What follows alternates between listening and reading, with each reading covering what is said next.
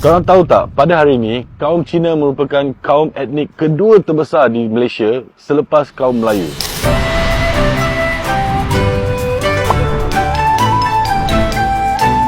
Kalau korang pernah dengar tentang zaman kegemilangan Kesultanan Melayu Melaka, korang pasti pernah dengar tentang perkahwinan antara Sultan Mansur Shah dan Puteri Hang Lippo.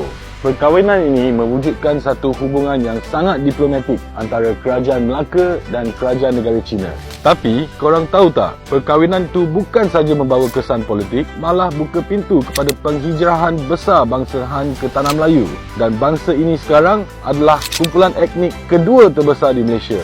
Gelombang pertama bangsa Han datang sejak abad ke-15 semasa pemerintahan Sultan Mansur Shah. Puteri Hang Lippo membawa rombongan bangsawan, pengikut dan hamba dari Fujian, China ke Melaka. Mereka inilah yang berkahwin dengan penduduk tempatan dan membentuk komuniti peranakan yang kaya dengan budaya mereka tersendiri. Merekalah antara penyumbang besar kepada pembangunan ekonomi negara sejak zaman Kesultanan Melaka hingga ke era moden. Kalau kita cerita pasal Batu Pahat pula, dua tokoh terpenting yang patut kita banggakan adalah Tan Swie Ho dan Lim Pun. Mereka ni tokoh luar biasa dalam membangunkan daerah ini. Memang tak lengkap sejarah kalau kita tak sebut jasa dua orang tokoh ini di Batu Pahat. Tan Swie Ho adalah pedagang terkenal yang mengembangkan perdagangan antarabangsa di Batu Pahat. Dengan kepakarannya, Batu Pahat menjadi antara pusat perdagangan utama di Johor, terutama dalam sektor perkapalan dan import-eksport. Lim Pun pula merupakan lagi satu tokoh yang diberi titah oleh Sultan Johor untuk membangunkan Batu Pahat bersama dengan Tan Swie Ho.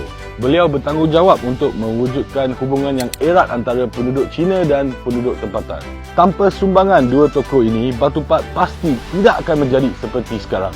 Struktur kuil seperti ini melambangkan budaya dan kepercayaan yang dibawa oleh nenek moyang mereka.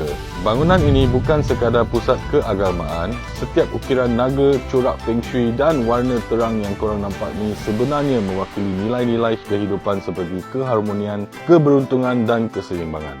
Sampai hari ini, kaum etnik Cina memainkan peranan penting dalam pelbagai jenis bidang di negara kita, khususnya bidang ekonomi. Sama-samalah kita hargai sejarah nenek moyang kita, bina hubungan yang lebih baik dan teruskan legasi kita sebagai rakyat Malaysia yang berbilang kaum dan agama. Kepada semua kaum Cina yang saya hormati dan saya sayangi, selamat Tahun Baru Cina. 新年快乐， Kongsi Facai. Kenal asal usul, kuatkan jati diri, jom follow Mel.